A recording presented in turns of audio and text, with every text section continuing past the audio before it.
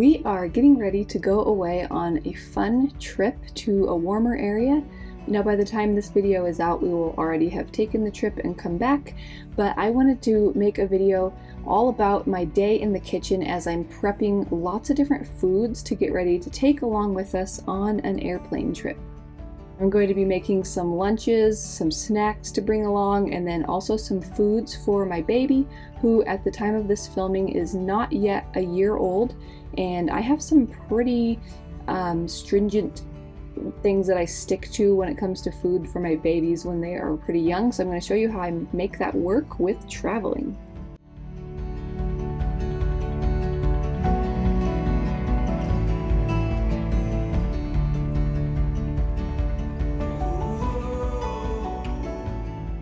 Now, the first thing that you see me doing here is making some beet kvass. This is one of our most important fermented foods that our family just really likes to have around on a regular basis. So it's something that I try to make and keep going all the time. So a jar will last a while because you only need a small amount at a time. But since there are a number of us who like to drink it, I like to make a few jars at a time. So these are half-gallon glass jars, and it is really easy to put together.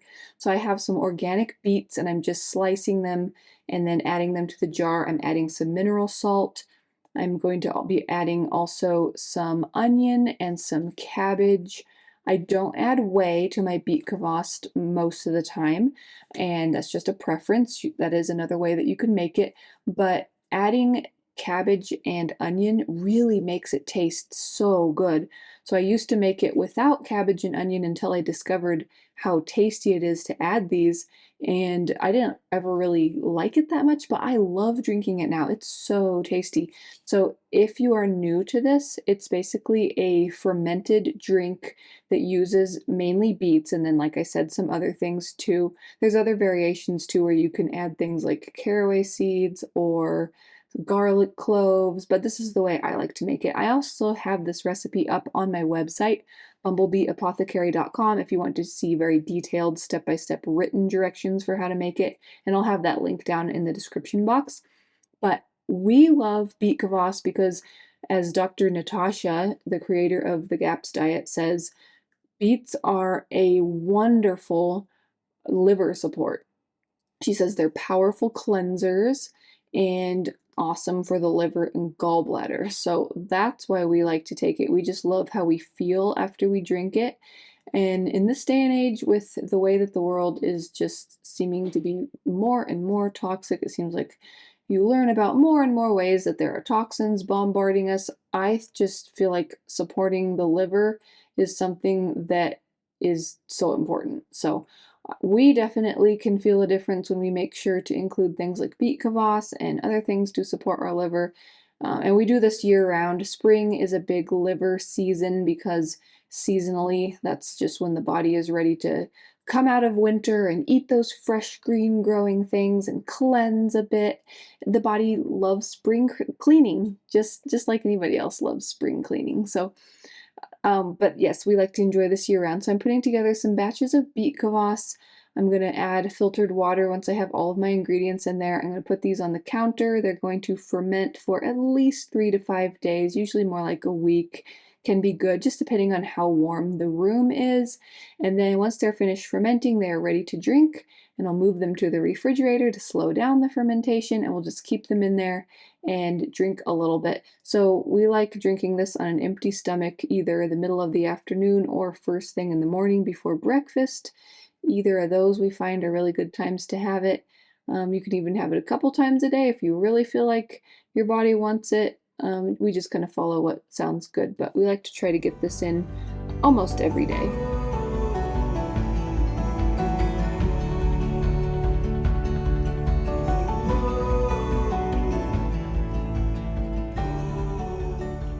Now, the next thing that I'm doing today is putting together some of the foods that I'm going to be bringing along for my baby and the rest of us, really, but I'm starting with the foods that I'm bringing along for her while we travel on an airplane to go on our trip. So when it comes to feeding my babies and starting them on solids, After, I have 5 kids, so I've tried a few different things and I've really settled on what works really well for our family as far as this goes. So I mentioned the GAPS diet before. If you're not familiar with what that is, I have lots of information on my old YouTube channel, Bumblebee Apothecary, as well as my website, bumblebeeapothecary.com. But basically, it is a gut protocol that restores the digestive system, and people have used it to overcome so many different things. But there's also a baby GAPS version, so it's for babies who are just starting solids for the first time. And this has been such a great way to start my babies on solids. So it starts with things like meat stock, which is a really gentle meat broth that Dr. Natasha recommends for sealing leaky gut. So helps to kind of give their digestive system a really great start for eliminating allergies and food sensitivities and different things. And then you slowly increase the other things. So basically, it's a lot like paleo, with the addition of cultured dairy and fermented foods. So to make it simple, I'm bringing along some vegetables that I know she does well with, and then also some meat. So I'm peeling and cutting up some carrots, and then I'm going to steam these so that they're nice and soft. And I'm also going to be preparing some meat as well. I'll show you that in a little bit and bringing that along. And this is going to be primarily what she's going to be eating while we're traveling, meat and vegetables. Nice soft steamed carrots. They're going to be cut into kind of carrot coin shapes and then steamed, and then I'll be able to just break them into little bite-sized pieces to be able to give to her while we're traveling.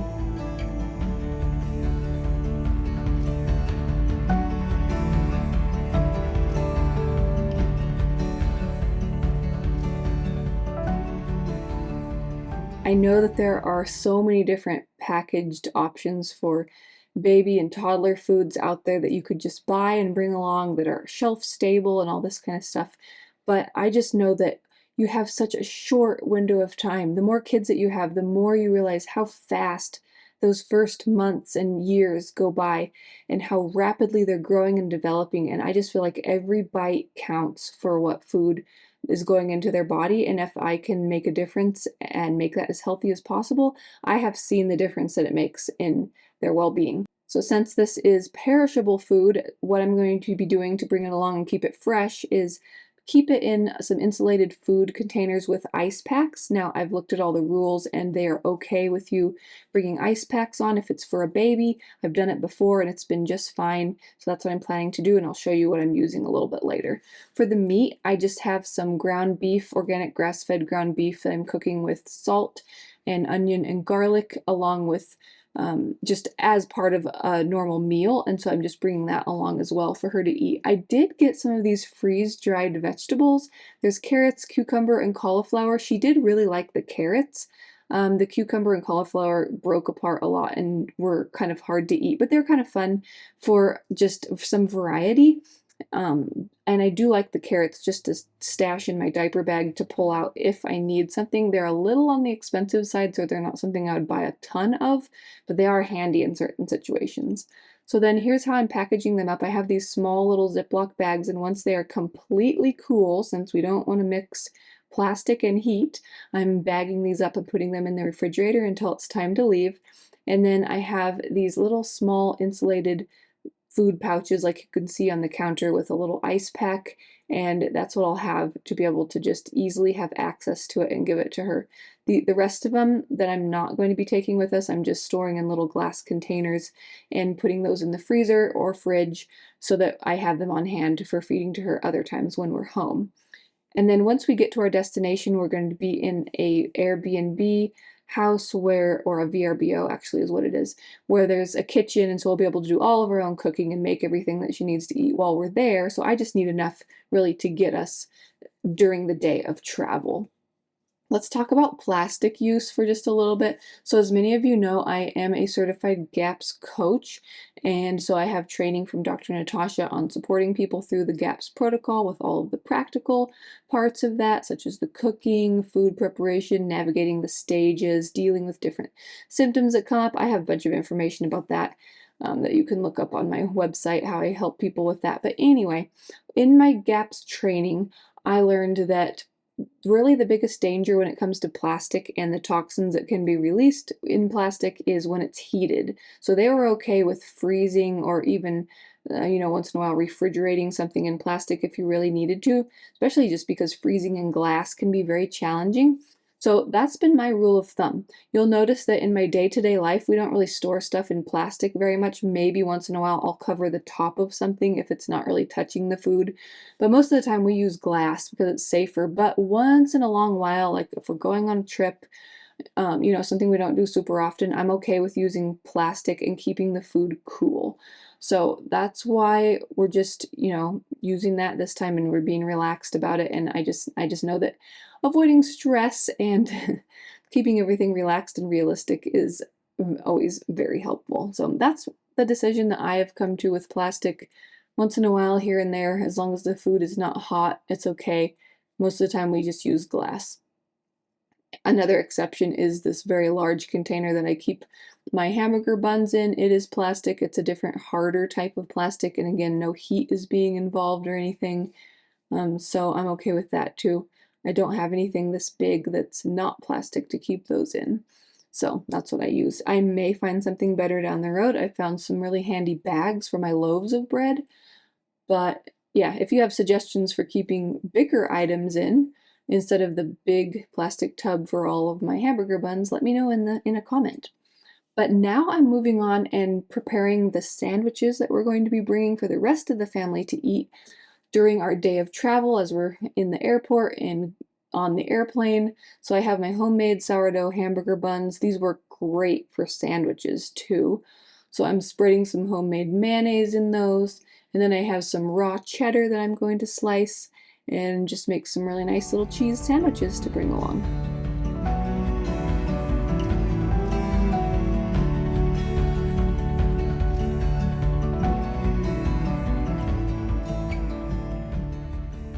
Once again, I am using some plastic sandwich bags, and normally in our day-to-day life we don't do this, but since it's a special occasion when we are actually flying somewhere, something that we don't do all the time, it's okay, makes it a lot easier. I do have some other cloth and silicone reusable bags that we prefer to use if it's more like a day trip from home, but again, we're okay with this every once in a while, especially since no heat is involved, like I was saying before.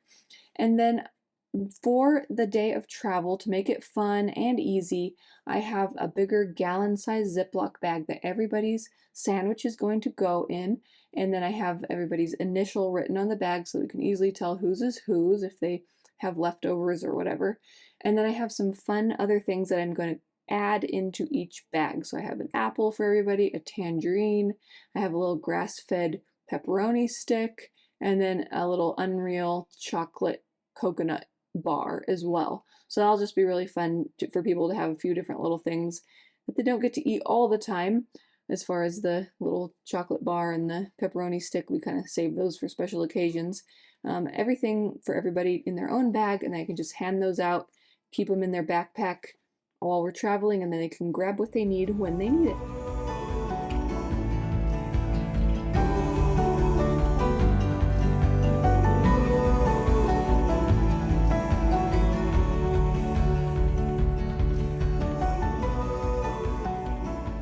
And then once we arrive where we are staying, we will plan on doing a big grocery shopping trip to kind of get what we need for the week, and then we'll make all of our breakfasts at home, stuff to make lunches to kind of bring with us to the beach, and then dinners, we'll get a few things for some dinners. We'll also do some eating out. We'll try to look for good options for places that have healthier ingredients and things, but that's kind of what we plan to do. That's why we love going somewhere with our own kitchen so that we can eat our own food, and it just makes us feel so much better when we do that.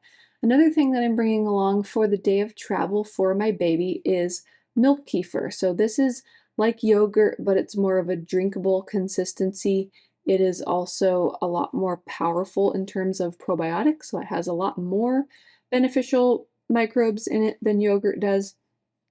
And it's one of the things that I really like to include for my babies once they are starting solids.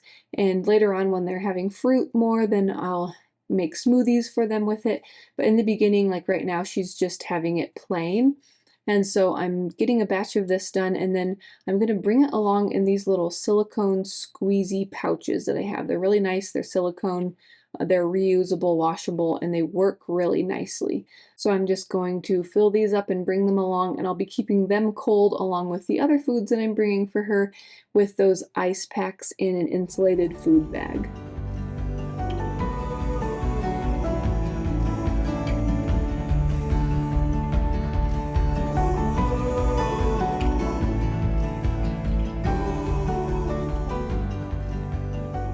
As I've talked about before, kefir is one of those really important to us probiotic foods that I like to keep in our diet on a regular basis. I don't really do homemade yogurt just because kefir is so much more beneficial, and it's actually easier to make than homemade yogurt. A lot less maintenance, a lot more low maintenance. And so that's why I like to do it. It just gives you a lot more bang for your buck in terms of time spent in the kitchen and benefits. So we all like to include that, either drinking it plain or making smoothies with it, or I'll use it, may have seen me do as part of the soaking step for oatmeal or pancakes or something like that. There's a lot of great uses for it. You can kind of use it as buttermilk in a lot of different recipes. So it's a really great cultured dairy product to have around.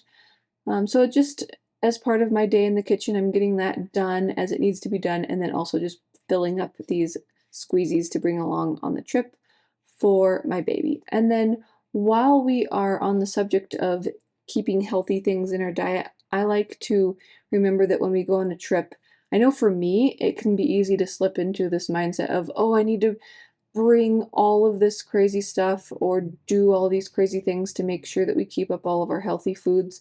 And so there's just a couple key things that I found that really make the big difference, and that is when you go shopping, look for a health food store, buy some sauerkraut or maybe some fun other fermented vegetables if they have it, like kvass or kimchi or something like that, but for sure sauerkraut. Stock up with those. Do the best that you can with high quality ingredients for your food that you're going to make on the trip, and then just relax. Like, it's only a week. Everything else that you do is what you do for the long term, and when it comes to your well-being, what you do day in and day out most of the time is what makes the difference. It's way more important to just relax and enjoy the trip and not stress about what you are or aren't doing. So anyway, that's what I have for today, and thanks so much for watching, and I'll see you next time. Bye.